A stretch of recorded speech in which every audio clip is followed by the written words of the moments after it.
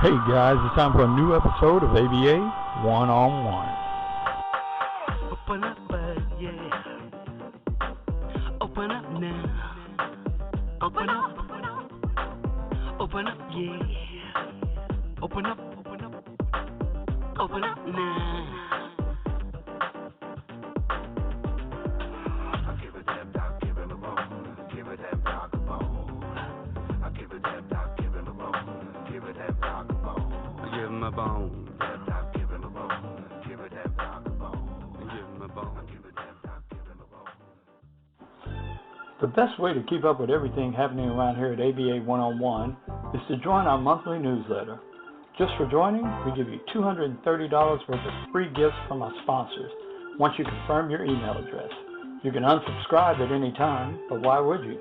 Just go to our website, www.aba1on1.club, and scroll down to the bottom of the page and join our newsletter.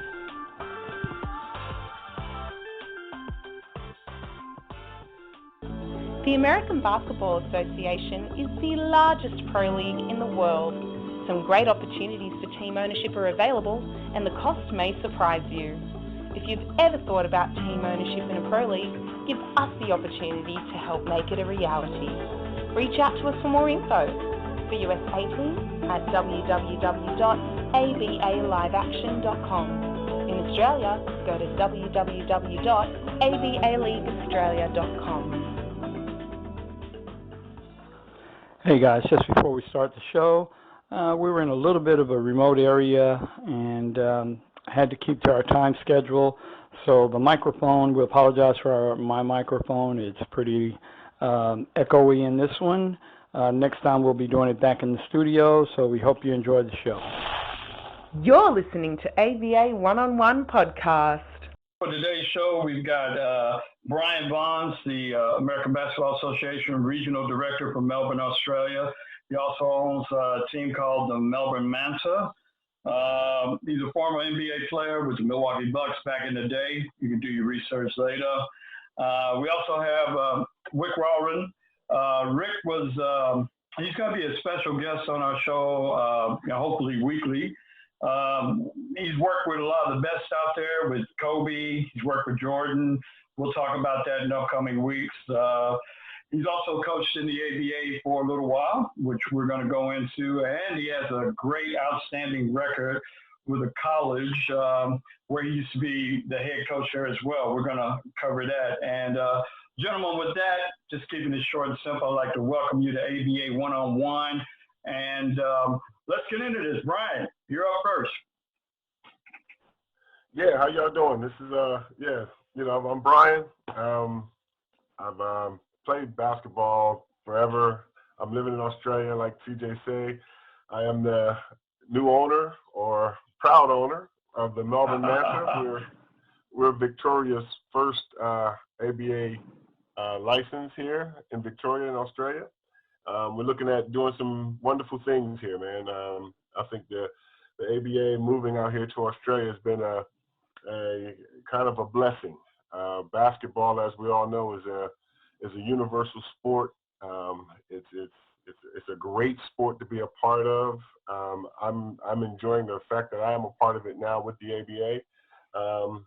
Spent so many years playing professionally around the world and settled here, and to get an opportunity to help carry on the tradition of the ABA is really something special. And I'm looking forward to it, and thanks for having me on board today. Yeah, man, all good, all good.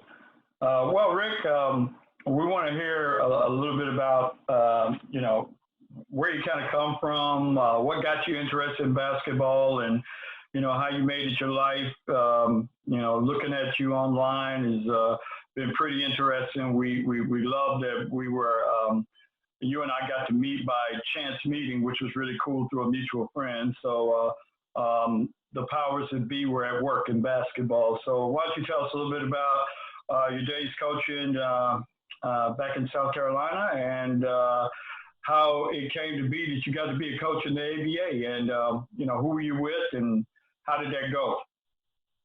Well, first of all, I'm Rick Walrond, basketball player, coach, for a good probably 40 or 50 years. I don't even start counting years after a while.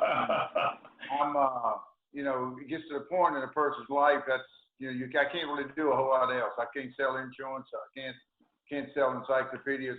Basketball is what I do, and I've already reconciled myself to that fact. But before I really get started, I want to thank CJ and the ABA, all the family for giving me this opportunity. I think it's a great opportunity. It's a great potential here, and I'm really, really looking forward to it. I'm trying to come up with all these different scenarios in my brain that's going to be interesting to someone else because, as CJ knows, I got a couple 100,000 stories. Oh, yeah. Some of them are true. You never let the truth stand in the way of a good story, but just joking. But the experiences that I've been able to have over the last, definitely the last 20 years, when I got connected with Jordan and Kobe's brand, their group, it's been incredible. They sent me to different countries. I was working Michael Jordan's MJ Flight School in Santa Barbara, California. And, but life is all about timing. I met this guy and said he had a son that was NBA quality, and he wanted me to come to Costa Rica and work him out. I do individual workouts. And so I said, okay, NBA guy. Okay, I got you. Kid was about 15, and I went to Costa Rica and met the guy, and they watched my workouts, and it was so much fun. And then after the workout, the guy come down and said, look, I really like some of the stuff you're doing. I got probably about 1.5 million drills and different activities for kids to make them better, to teach them fundamentals. And he said, would you be interested in going with me to Central America and South America to do camps and clinics, and then promote Michael's flight school, his MJ flight school in Santa Barbara? And I looked at him like, are you crazy? Absolutely. Be able to travel on Michael Jordan's dollar. And then that bled into Kobe, because Kobe was started doing the same thing. And he, I fooled him. He thinks I know what I'm doing.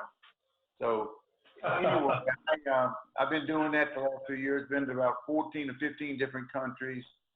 We expanded to Italy. We went to Europe, Italy, Europe, Spain. I played in Sweden for a number of years, and Denmark, and then we were then we got hooked up in China, and got the opportunity to go to China 6 or 8, 10 times doing camps. And I coached the CBA team over there.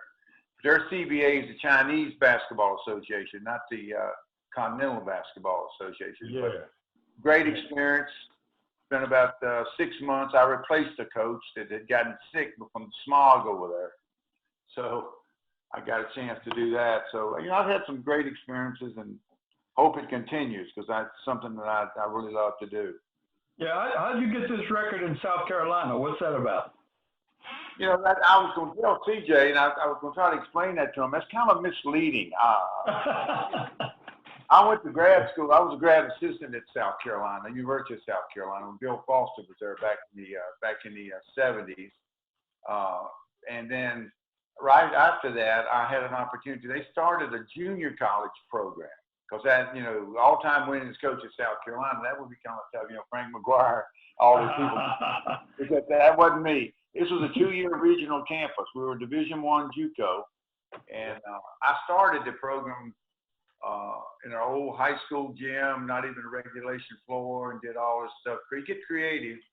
And I was telling CJ, the president told me during my interview that I had an unlimited budget. I said, wow. Unlimited budget. My mind starts racing. Oh my God. You have how much money you can raise. So I said, ooh, that's going to be tough. I got to be a fundraiser and a basketball coach. But, I look at everything as an experience. You learn everything you do. That's the way I look at life. But, and I was at this junior college for 9 years, and I was the only coach, so obviously I was the all-time winningest coach. But on the flip side of that, I was also the all-time losingest coach. We don't you don't bring that up. Yeah, we don't bring that up. No, we don't bring up the losing part, but I was the all-time winningest coach, and I was telling CJ, I'm gonna go get into stories now, but how we didn't. we didn't charge admission to the game, so I gave away season passes. I sold season passes. And you know, you just got to be creative when you're doing stuff like that. Your mind has to start. You know, you go to junior college kids. It's a different breed too. They're very similar to the CBA and the ABA guys. They dance to their own drum. Yeah. Oh yeah. Yeah. Hey, go ahead, Brian. Yeah, because you say you did Jordan's camp at Santa Barbara. That's actually my old stomping ground, because that's where I went to school at, was at UC Santa Barbara. Yeah, you're a gaucho. Yeah, I'm a gaucho. Oh That's yeah, it. I love Santa Barbara. Holy Toledo. Yeah, man. Yeah, that's you know, Isla Vista, that area there, man. That's a great part of the world. Trust me. Oh, yes, it is. But you better have your American Express. That's pretty high for us people from the South. That's a little pricey out there in that area. Oh yeah. It was a great place. First year I was there, I had Denzel Washington's kid.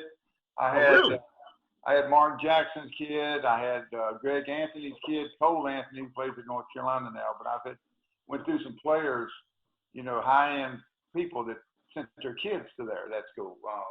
But Denzel Washington had great conversations with Denzel Washington. I mean, I wanted to him and Terrell Owens. That was an extremely good time for me. A very great time for me to be able to hang out with those guys.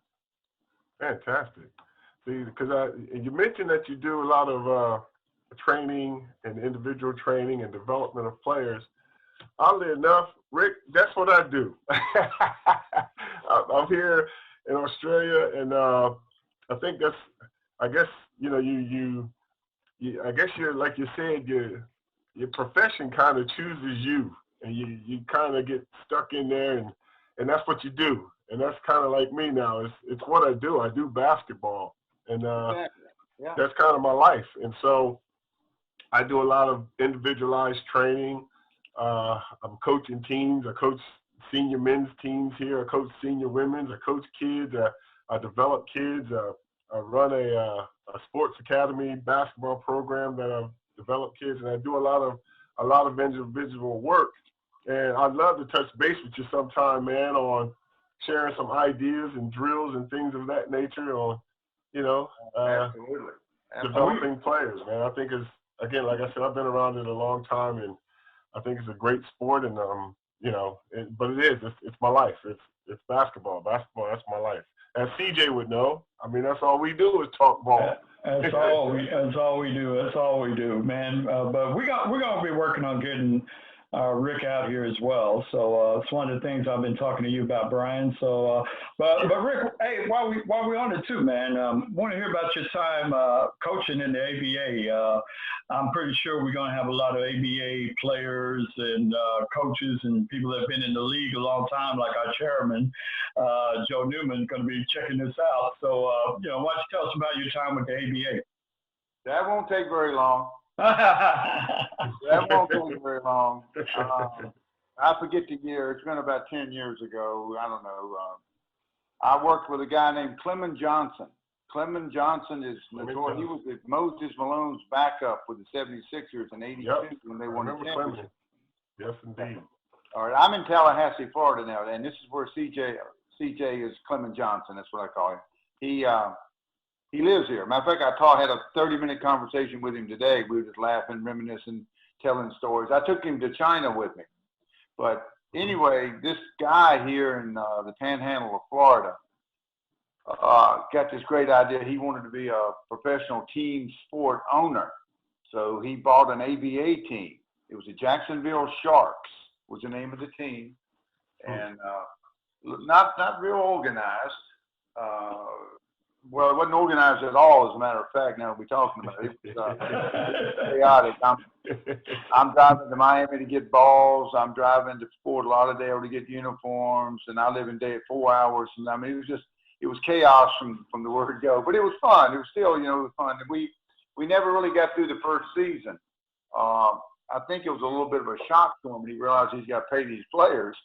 You know, he wanted to up the team, but he didn't understand all that was going into being ownership of a professional, semi-professional sports team. And we had tryouts in Miami. We had them in Tampa. We had them in Atlanta. And once we put that word out that we were having tryouts for the ABA, you know, they're coming out of the woodworks. They're coming out of everywhere. Yeah. And some of them, you know, they've been out the night before having some cocktails, and you could tell they hadn't been in the gym in a while. You could tell back in the day they were, but I think they got, you know, they're trying to relive their dreams of playing professional basketball. So after a couple of trips up and down the floor, I think they kind of realized maybe this wasn't for them. Yeah. But I know that feeling. You know the feeling. I think it's quiet here. But it was fun. We got a pretty good team out of the group, but we'd have 40 or 50 guys at each city every time we'd have a tryout.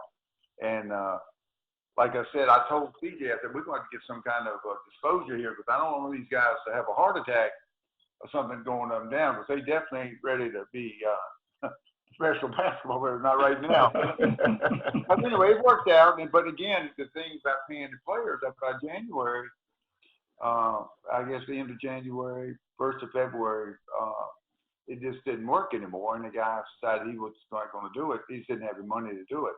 So, you know, there we were in January without a team. We had a team, but we didn't have no money, which made it even worse. Wow. But, you know, again, it was a great experience. I had a chance to meet some ABA guys and you know, with ABA guys go stories, and I love stories. But it was fun. I enjoyed it. It was short-lived.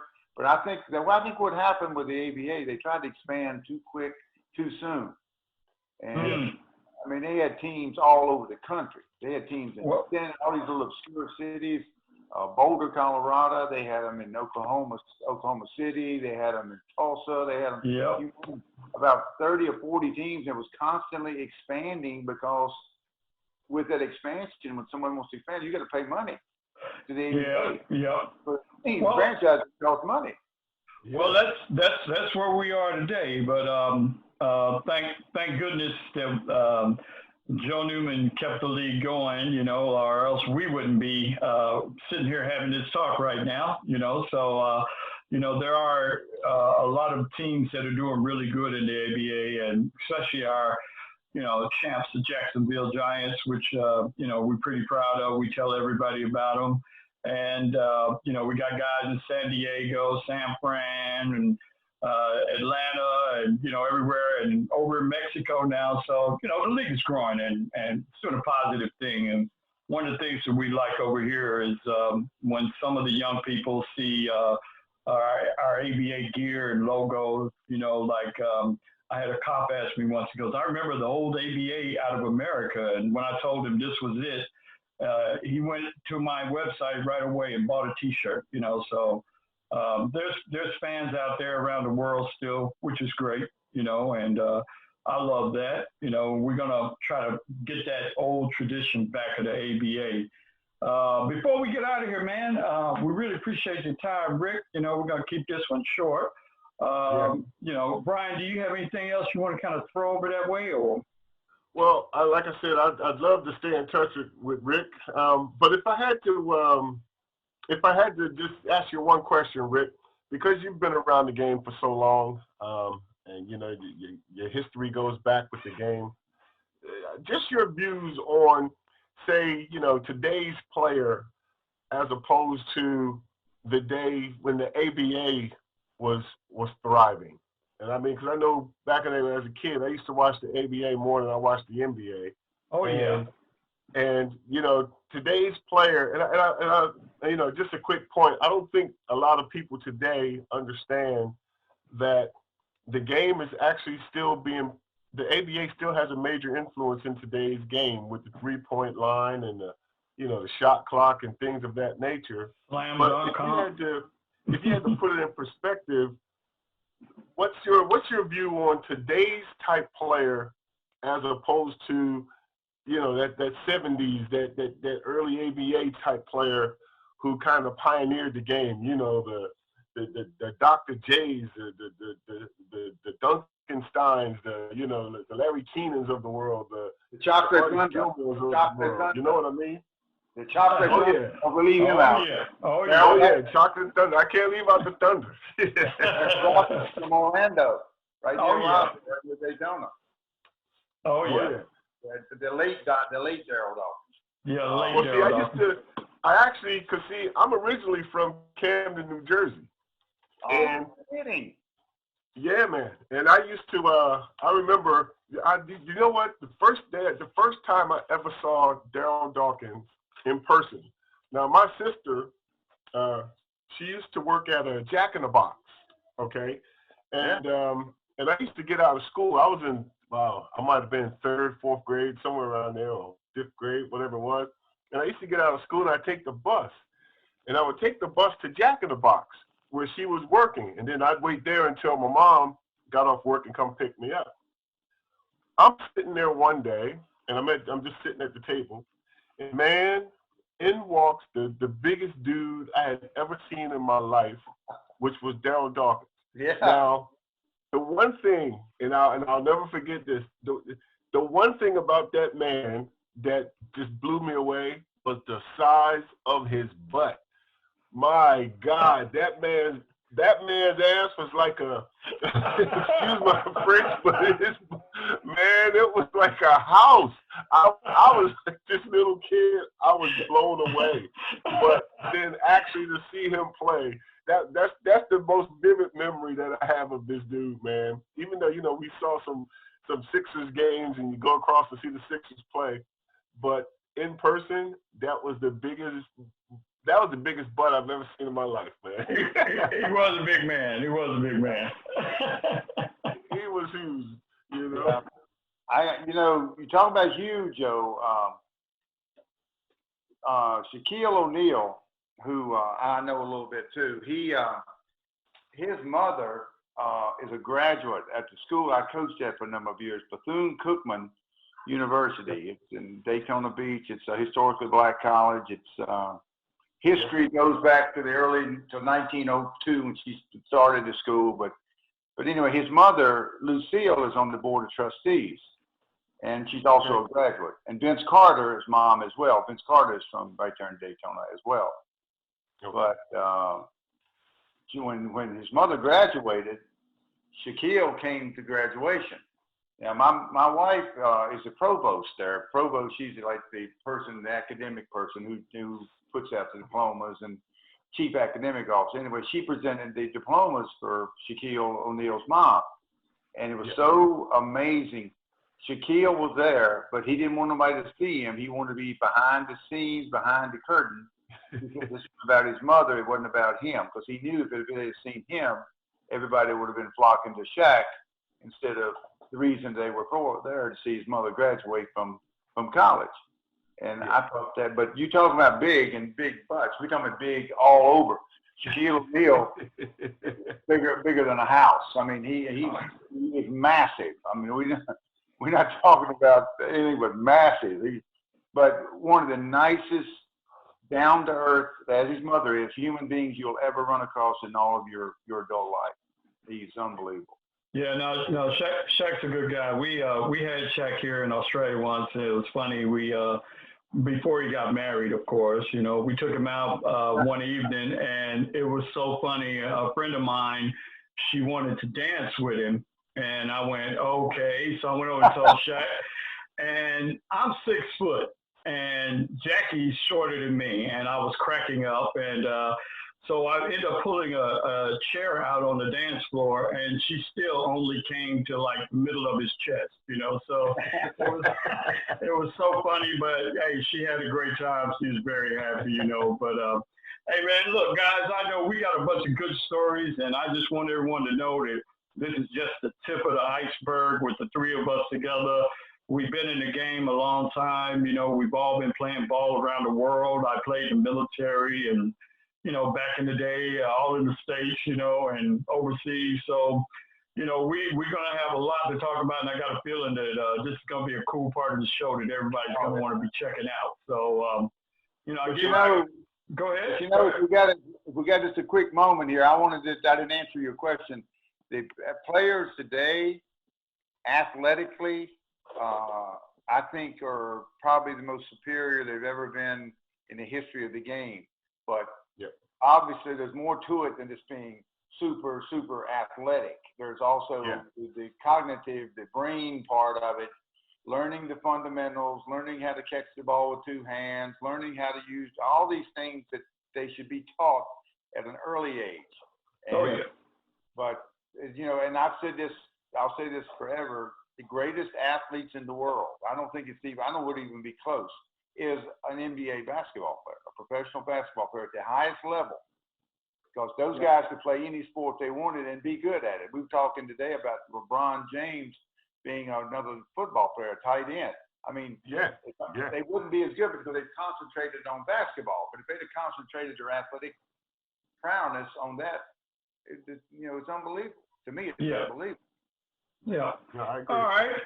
Well, dudes, we'll take this all in, and this is going to be good to be putting out to everyone. I really want to thank you guys for being on. And like I said, I think this is going to be one segment of the show everyone's going to be waiting to kind of hear from. And guys, we'll get together and do it again. And, we're going to keep this going. And we just want everyone to keep tuning in. So, hey, when you can, this is the place to be, ABA 101. Brian, Rick, thanks, guys, and let's do it again. Peace. Like what you hear on the show? Got a new project or business or event that you want to get the word out for? Then become an ABA 101 sponsor. We have some really cool packages that can fit any budget. The ABA has a huge fan base and reach in many local and international communities. For more information, just go to our website, aba101.club.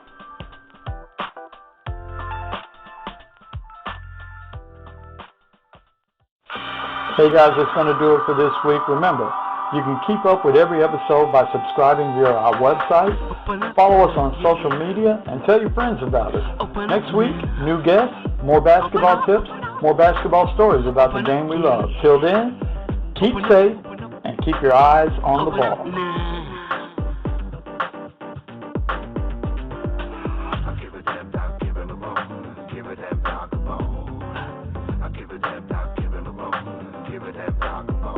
Give him a bone.